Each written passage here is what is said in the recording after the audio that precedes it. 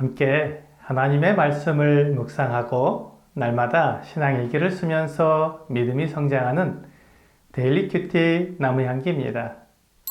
오늘은 마태복음 8장부터 12장의 개요를 알아보겠습니다.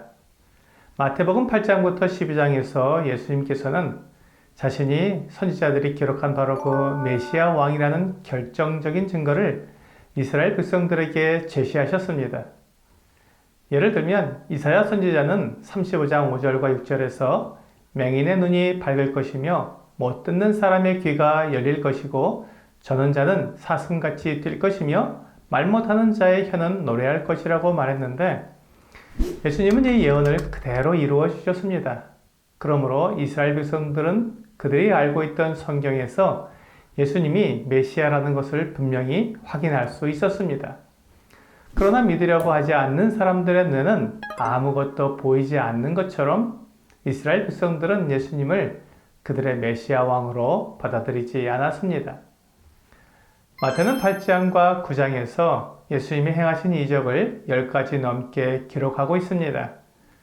그는 예수님의 놀라운 권위를 보여주므로 그분이 선지자들이 예언한 메시아 왕이심을 분명히 나타내는 것입니다. 나병 환자, 중풍병, 열병, 바다를 꾸짖으시고 귀신을 쫓아내시고 죄를 사해 주시고 혈루증, 죽은 소녀, 두 맹인, 말 못하는 사람을 고쳐 주셨습니다. 예수님이 이렇게 병든 사람들과 귀신 들린 사람들을 고쳐주신 목적은 예수님이 바로 성경에서 예언하고 있는 메시아 왕이라는 것을 나타내시려는 것이었습니다. 그러므로 이스라엘 백성들은 예수님의 이적을 경험하면서 그분을 그들의 왕으로 메시아로 믿고 영접해야 했습니다. 실제로 예수님의 이적을 본 사람들의 반응은 그 사람들이 놀랍게 여겨 이르되 이가 어떠한 사람이기에 바람과 바다도 순종하는가 하더라. 우리가 보고 두려워하며 이런 권능을 사람에게 주신 하나님께 영광을 돌리니라. 귀신이 쫓겨나고 말 못하는 사람이 말하거늘 무리가 놀랍게 여겨 이르되 이스라엘 가운데서 이런 일을 본 적이 없다 하되 라는 반응이었습니다. 그들은 분명히 예수님이 하나님의 아들 메시아이심을 경험했던 것입니다. 예수님은 이스라엘 전역에 하나님의 은혜를 필요로 하는 사람들이 얼마나 많은지 아셨습니다. 그들 모두에게 하나님의 은혜를 나타내주고 싶었지만 일꾼이 적었습니다. 그래서 예수님은 제자들을 이스라엘 전역으로 보내서 하나님의 은혜를 나타내게 하셨습니다. 12제자에게 더러운 귀신을 쫓아내며 모든 병과 모든 약한 것을 고치는 권능을 주셨습니다. 이제 그들은 예수님의 능력을 대행하게 되었습니다. 마태복음 10장은 제자도의 교본처럼 예수님의 제자로서 어떻게 행해야 하는지를 자세히 가르쳐주고 있습니다.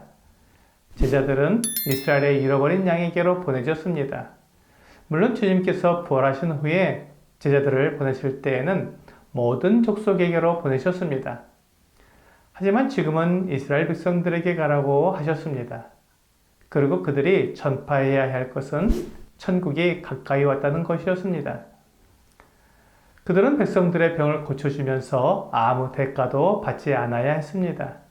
또한 여행을 위해서 아무 준비도 할 필요가 없었고 다만 사람들이 그들을 맞아들여서 그들에게 주는 대로 먹고 마시라고 하셨습니다.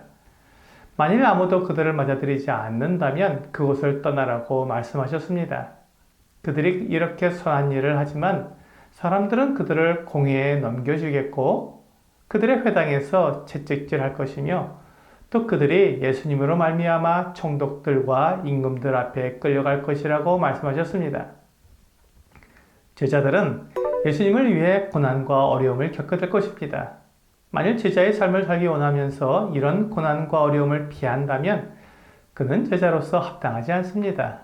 만일 사람 앞에서 주임을 시인하면 주님께서도 하늘에 계신 아버지 앞에서 그를 시인할 것이지만 사람 앞에서 주님을 부인하면 주님께서도 하늘에 계신 아버지 앞에서 그를 부인하실 것입니다. 또한 주님의 이름으로 작은 자에게 냉수 한 그릇이라도 주는 자는 결단코 상을 잃지 않을 것이라고 약속해 주셨습니다.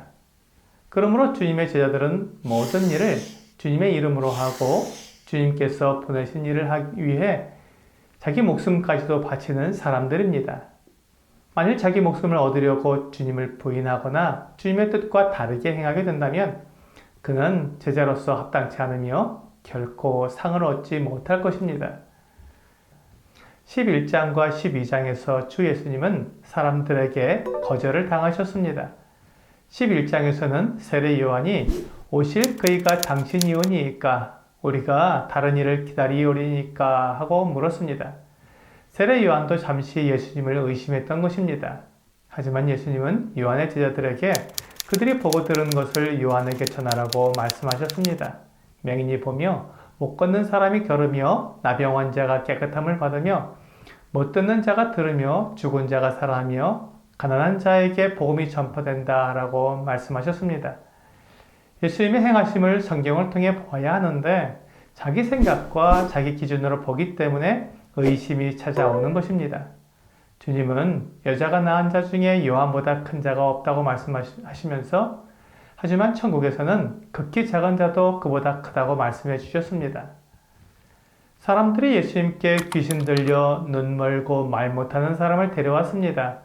예수님께서는 그를 불쌍히 여기셔서 고쳐주시자 바리새인들은 예수님이 귀신의 왕 바알세불을 힘입어서 귀신을 쫓아냈다고 말했습니다. 그들은 예수님을 귀신의 하수인이라고 비난한 것입니다. 예수님은 그들의 행동에 대해 성령을 모독한 것이라고 말씀하셨습니다. 예수님이 귀신을 쫓아내는 것이 분명히 성령의 일임에도 그것을 부인하고 바알세불을 힘입었다고 억지 주장을 한 것입니다. 예수님은 하나님의 아들이시요 이스라엘이 기다리던 메시아 왕이십니다. 예수님은 성경에서 예언한 그대로 자신을 나타내셨지만 사람들은 성경이 아닌 자신의 생각과 자신의 기준으로 예수님을 판단하고 거절했습니다. 하나님의 말씀인 성경보다 자신의 기준을 더 의지한 이스라엘이 그들의 메시아 왕을 거절했기에 메시아 왕국도 미루어지게 되었습니다. 사람들이 예수님을 성경대로 보지 않고 자기 생각대로 판단해서 거절하는 것은 하나님께서 베풀어 주신 가장 큰 은혜를 무시하는 것이기에 그가 지은 모든 죄보다 더 큰 죄가 됩니다.